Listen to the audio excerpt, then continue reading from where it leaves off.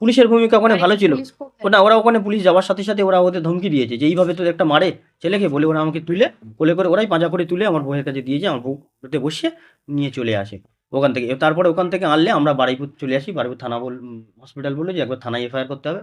আমরা আবার থানায় চলে, ওই অবস্থাতে আমি থানায় গিয়ে এফআইআর করে এলাম। তারপরে আমাদের পাড়ার লোকজন সব, যারা গ্রামের সব ছিল, নেতৃত্ব ছিল, তারা সব বললো এক্ষুনি থানা বন্ধ করে দেবো, আমরা কিছু এখানে করতে দেবো না, এত বড় ঘটনা ঘটেছে। তখন আইসি বা এসপি দুজনা বললো যে না এরকম করো না তোমরা, কালকে একটা ছুটির বাজার, এরকম মানে আমি আইনি যত পদক্ষেপ হয় আমি সমস্ত পদক্ষেপ আমি নেবো। উনি সঙ্গে সঙ্গে আমাদের যথেষ্টভাবে আইন মানে হেল্প করেছে আমাদের, আমাদের যথেষ্টভাবে আমাদের বারুইপুর থানা হেল্প করেছে। এবং বড়বাবু আমাদের সাথে ছিল, আমার ভাইকে নিয়ে গিয়ে দুজনকে এখনকে ওই রাত্রেই অ্যারেস্টও অ্যারেস্ট করিয়েছে। করিয়েছে দুজনকে। এবার পরের দিন আবার আরেকজনকে ফের অ্যারেস্ট করিয়েছে, আমাদের বারুইপুর থানার পুলিশই করিয়েছে সব মূল কিছু। অভিযুক্ত কি অ্যারেস্ট হয়েছে এখন? মূল অভিযুক্ত কার্তিক সংস্কর বলে যে ছেলেটা, সেই অ্যারেস্ট হয়নি। ওর সাথে আরও কজন ছিল, আমরা তাদের নাম জানি না, কেউ তারাও সবাই কিন্তু মূল, ওখানে কেউ মূল মূল বলে কেউ নেই, তবে কার্তিক বলে, সবাই কার্তিক মূল। নস্করটা হচ্ছে আরও বেশি ছিল। ও কমিউনাল ইস্যুটা সব থেকে বেশি করেছে ওই ছেলেটা। মানে অর্ডার যারা দিতে এসেছিল তারা সবাই মূল। আচ্ছা। সোশ্যাল মিডিয়ায় আপনাকে নিয়ে যে হইচই, হুম। সূত্র মারফত জানতে পারছি উগ্রবাদী হিন্দু বা আরএসএসরা আপনার উপর আক্রমণ করেছে। এটা কি কারণে আক্রমণ করেছে, এটা আপনি এই বিষয়টা খুলে বলবেন? দোকানেতে একটা মাংস নিয়ে করে, বাবার দোকান, এবার মাংস নিয়ে করে একটু পচে যায়, মানে ওদের মাংসটা পছন্দ হয় না, যে এই ক্রাইটেরিয়া এসে আমরা নেবো না মাংসটা, আমাদের একটু আলাদাভাবে দিতে হবে, ঠিক আছে। তা আমরা তখন ওই মাংসের দোকানে দুটো কেটে রেখেছিলো, আরও তিনটে দিতে চাইছিল, উনি নেবে না, বলছে না এ মাল চলবে না, ও মাল চলবে না, আমাদের মতন করে আমাদের দিতে হবে। উনি তখন বললো যে এইভাবে দেওয়া যায় না মাংস। ওরা তখন বললো ঠিক আছে টাকা রিটার্ন করে দাও। আমি তখন টাকাটা ওদের রিটার্ন করে দিই, দিলে এবারে রিসিপ্ট দেয়নি, রিসিপ্টটা ওরা নেই। আমি রিসিপ্টটা দিন, তো ওরা বললো না রিসিপ্ট দেবো না।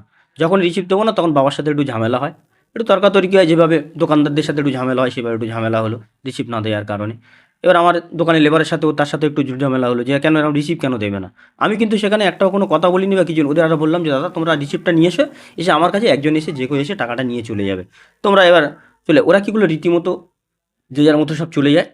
চলে যাওয়ার পরে বিকেল 5টার সময় আমার যে লেবার ছিল দোকানে, সেই লেবার কী করলো, ওখানে হচ্ছে তোমার এতে চলে যায়, মানে ওই জুলপিয়াতে ও ছাঁট দিতে যায়। একটা গরিব মানুষ ও ছাঁট কালেকশন করে ছাঁটগুলো দিয়ে ঘুগনির জন্য বিক্রি করার জন্য ওখানে চলে যায়।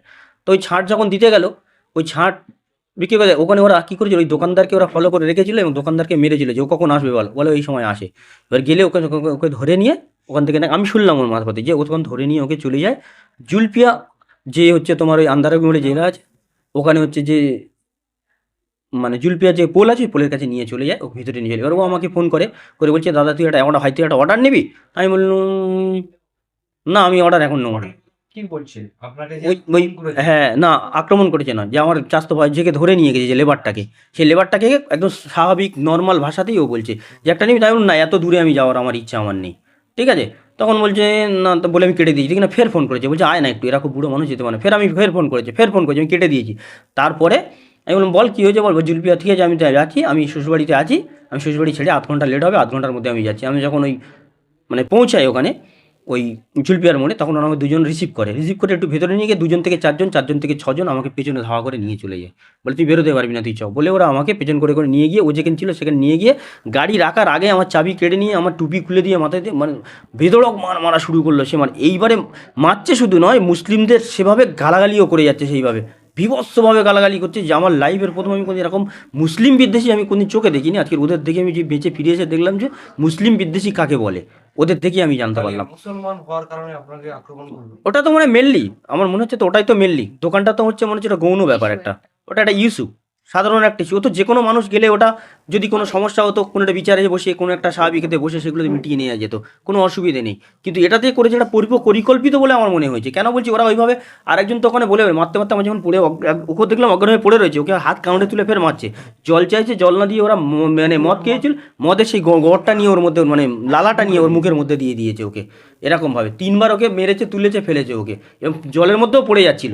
আবার মানে যা হোক করে ধরে নিয়েছে, যখন খাল ছিল পাশে। এবারে ওখানে মারলো আমাকে, মেরিয়ে খুব মারলো, আমার পুরো কান দিয়ে ফেটে রক্ত বেরোচ্ছে, নাক দিয়ে ফটো বেরিয়ে রক্ত বেরোচ্ছে। এবার আমার সাথে আমার ওয়াইফ ছিল, ওয়াইফকে আমি নামিয়ে রেখেছিলাম জুলপিয়াতে, মানে আমার বাচ্চার ওষুধ কেনার জন্য আর কয়েকটা জিনিস কেনার জন্য। তো ও তখন ছিল, যখন 5-10 মিনিট লেট হয়ে যাচ্ছে, ও তখন ফোন করেছে কোনো একটা দোকান থেকে ফোন নম্বর নিয়ে। তা বললো যে কি হয়েছে?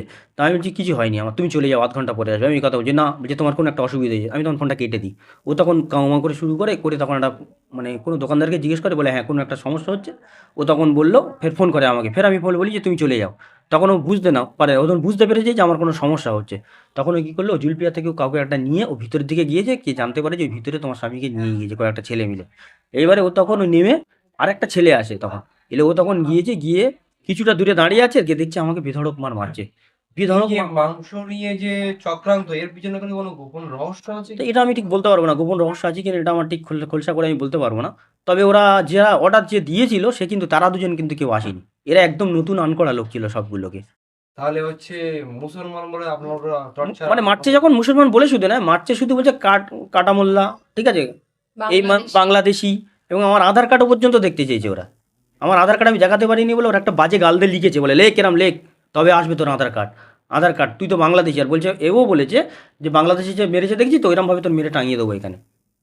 এইভাবে কথাবার্তা বলে যখন এইবার তখন আমার স্ত্রী দূরেতে দাঁড়িয়ে রয়েছে, আমার নাক থেকে কান থেকে রক্ত ঝরছে, আমি তখন প্রায় প্রায় অর্ধমিত অবস্থায় এরকমভাবে রয়েছে, ওরা ধরে রয়েছে একজনা, ঠিক আছে। এবারে তখন ওই মানে আমার তখন ফোন করে, আমার বাড়ির লোকে সব জায়গায় ফোন করলো, এই চা শ্বশুরের কাছে ফোন করলে, আমার চা শ্বশুর তখন ওই নেপালগঞ্জ থানা থেকে কিছু পুলিশ নিয়ে যায়।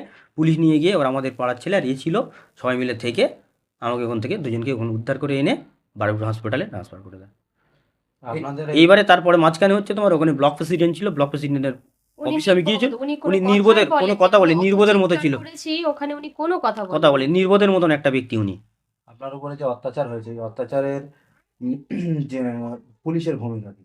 পুলিশের ভূমিকা ওখানে ভালো বাড়িতে ছিল। পুলিশ খুব না, ওরা ওখানে পুলিশ যাওয়ার সাথে সাথে ওরা ওদের ধমকি দিয়েছে যে এইভাবে তো একটা মারে ছেলেকে, বলে ওরা আমাকে তুলে কোলে করে ওরাই পাঁজা করে তুলে আমার বউয়ের কাছে দিয়েছে, আমার বউতে বসিয়ে নিয়ে চলে আসে ওখান থেকে। তারপরে ওখান থেকে আনলে আমরা বারুইপুর চলে আসি, বারুইপুর থানা হসপিটাল বললো যে একবার থানায় এফআইআর করতে হবে।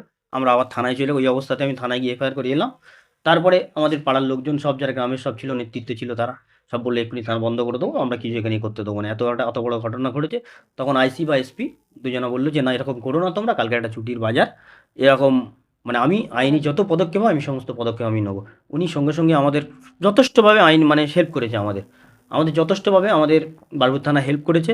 এবং বড়বাবু আমাদের সাথে ছিল, আমার ভাইকে নিয়ে গিয়ে দুজনকে ওখানকে ওই রাত্রেই Arrest অ্যারেস্ট করিয়েছে করিয়েছে। দুজনকে। এবার পরের দিন আবার আরেকজনকে ফের অ্যারেস্ট করিয়েছে, আমাদের বারুইপুর থানার পুলিশই করিয়েছে সব। মূল অভিযুক্ত কি অ্যারেস্ট হয়েছে এখন? মূল অভিযুক্ত কার্তিক সংস্কর বলে যে ছেলেটা, সেই অ্যারেস্ট হয়নি, ওর সাথে আরও কজন ছিল আমরা তাদের নাম জানি না, কেউ তারাও সবাই কিন্তু মূল, ওখানে কেউ মূল বলে কেউ নেই, তবে কার্তিক বলে, সবাই কার্তিক নস্করটা হচ্ছে আরও বেশি ছিল। ও কমিউনাল ইস্যুটা সব থেকে বেশি করেছে ওই ছেলেটা। মানে অর্ডার যারা দিতে এসেছিল তারা সবাই মূল। আচ্ছা।